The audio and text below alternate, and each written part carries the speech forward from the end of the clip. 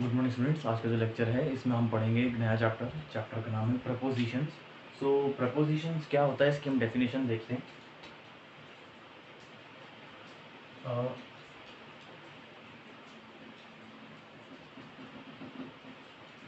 Preposition is a word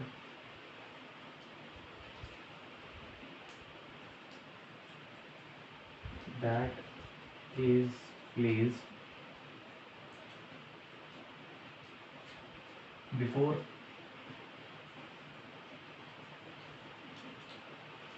अ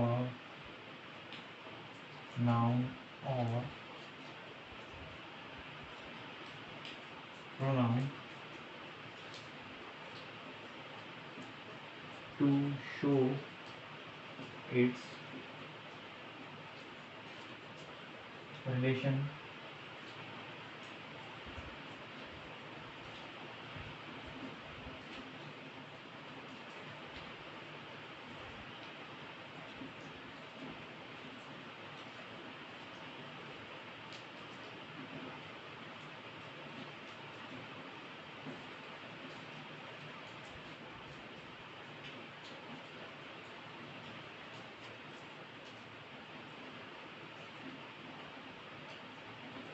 सो जो definition है हमारे पास प्रपोजिशन की वो ये है, a preposition is a word that is placed before a noun और pronoun to show its relation to some other word in the sentence. यानी कि प्रपोजिशन वो वर्ड्स होते हैं जो कि नाउन और प्रोनाउन के साथ लगाए जाते हैं। नाउन तो आप जानते हैं, name, place, animal and thing. Pronoun वो होते हैं जो कि नाउन की जगह पर यूज़ किए जाते हैं। जैसे कि मैं कहूँ कि फॉर एग्जाम्पल, जैसे कि Rahul is a good boy, Rahul goes to school, Rahul eats his food, Rahul goes to play. So हम हर बार राहुल राहुल यूज़ कर रहे हैं, तो हम सिंपली उसको इस तरीके से बोल सकते हैं, Rahul is a good boy, he goes to school, he eats his food. तो हमने राहुल की जगह ही यूज़ किया। तो जहाँ हमने नाउन्स की जगह हम वर्ड्स यूज़ करते हैं उनको हम कहते हैं प्रोनाउन। सो नाउन और प्रोनाउन के साथ जो हम वर्ड्स यूज़ करते हैं ताकि हम उनका आपस में एक रिलेशन दिखा सकें, यानी कि आपस में कनेक्टिविटी दिखा सकें, उन वर्ड्स को हम कहते हैं प्रपोजिशन। सो प्रपोजिशन यहाँ तक हो गया। इसके आगे जो डेफिनेशन है,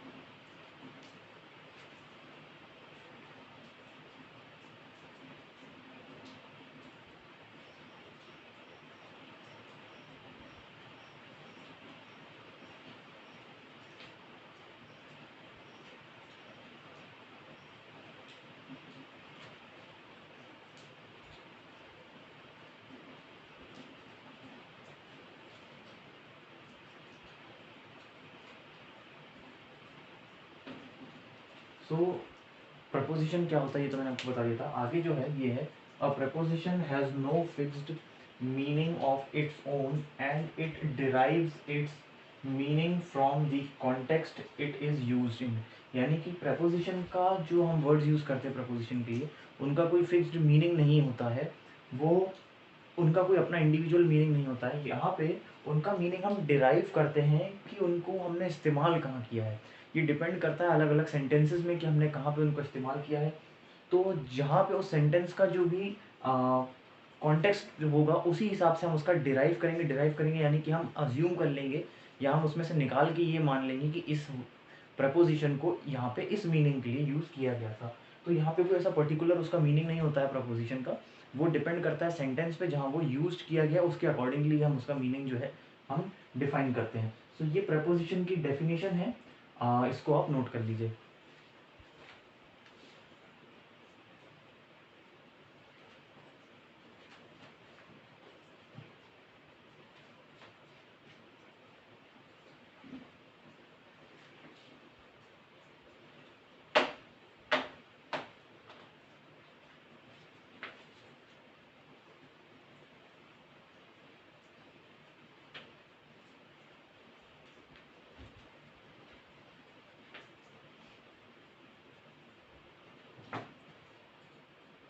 अब जो कॉमनली यूज हमारे प्रपोजिशंस हैं जो हम यूज करते हैं,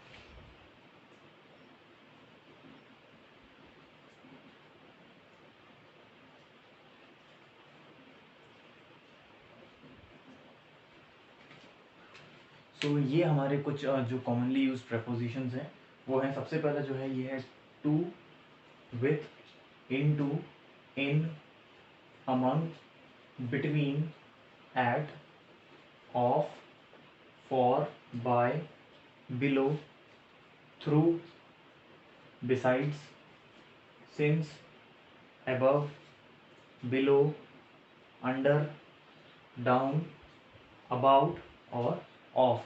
सो ये हमारे कुछ बेसिक से वर्ड्स हैं जिनको हम यूज़ करते हैं, इससे ज़्यादा भी हो सकते हैं। सो ये हमारे कुछ वर्ड्स हैं जिनको हम हमेशा से कॉमनली यूज प्रपोजिशंस में जिनको हम कंसीडर करते हैं, सबसे ज़्यादा इस्तेमाल किए जाने प्रपोजिशन वाले वर्ड्स हैं। सो इनको भी आप नोट कर लीजिए।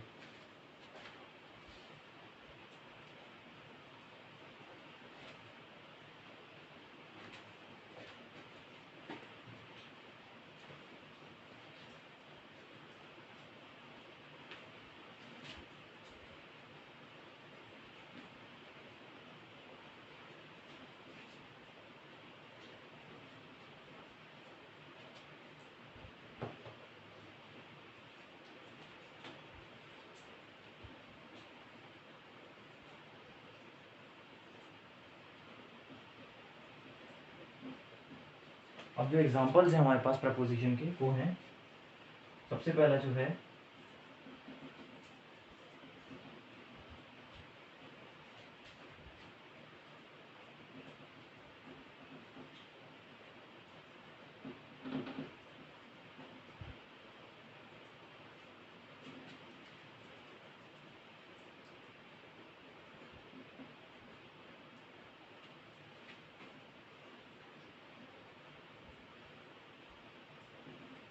सबसे पहला सेंटेंस है हमारे पास यहाँ पे, there is a cow in the field, यानी कि खेत में एक काउ है।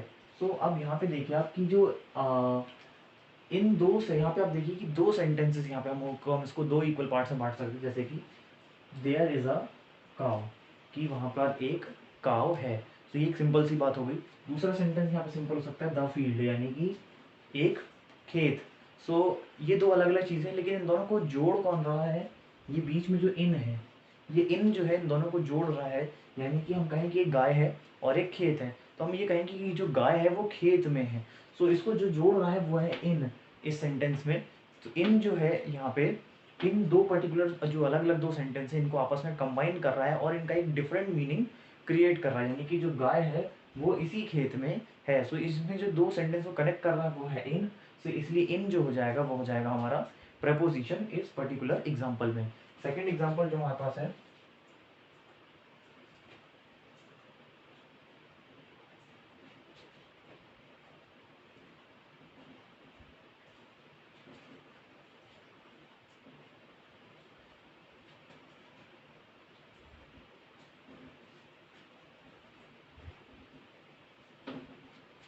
He is fond of T, यानी कि वो चाय का आप ये कह सकते हैं चाय चाय का शौकीन है।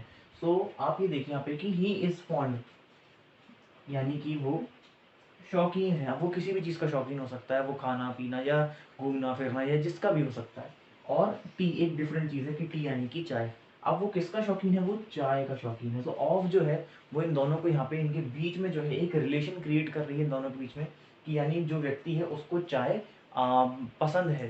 सो यानी कि जो ऑफ हो जाएगा यहाँ पे, ये हो जाएगा आपका प्रपोजिशन इस सेकेंड एग्जाम्पल में। अब इस तरीके से आपका जो थर्ड एग्जाम्पल है,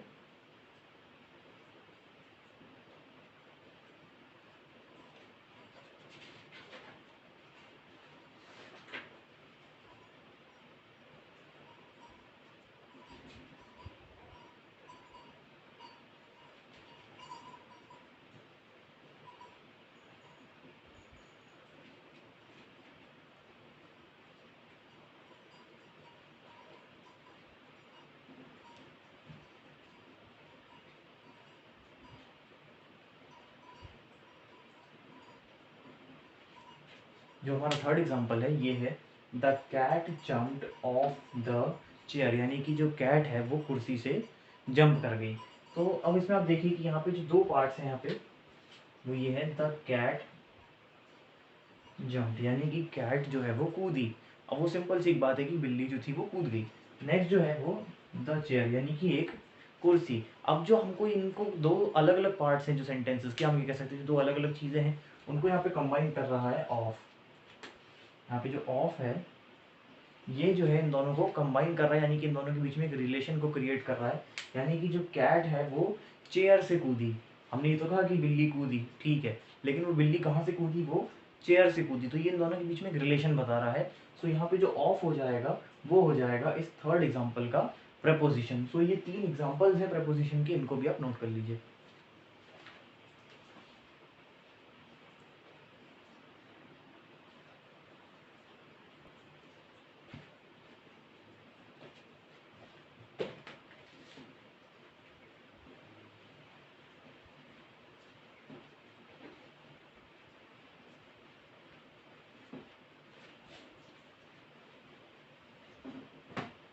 हम कुछ और क्वेश्चन इसमें करते हैं। इस पे जो क्वेश्चन आएंगे वो आपको इस तरीके से आएंगे।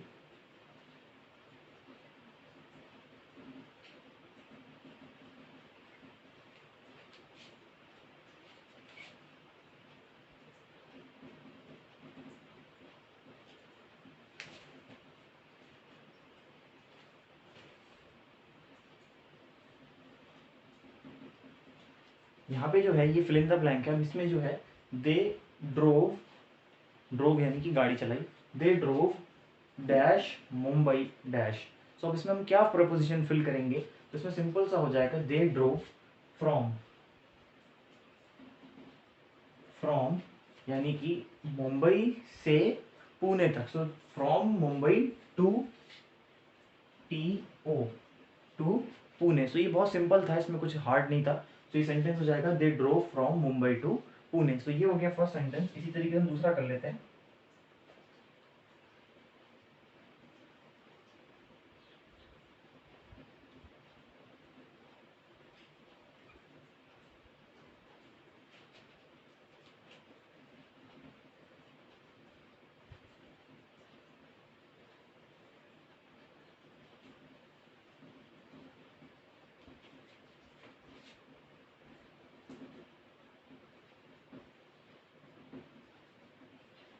It's 10 o'clock dash my watch, यानी कि इट्स 10 o'clock यहाँ पे आ जाएगा इन माई वॉच। सो इस तरीके से ये सेकंड सेंटेंस भी कंप्लीट हो जाएगा।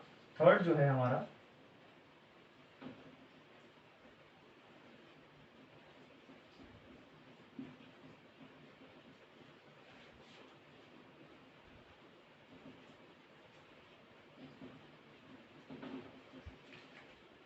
आई एम टायर्ड डैश वॉकिंग।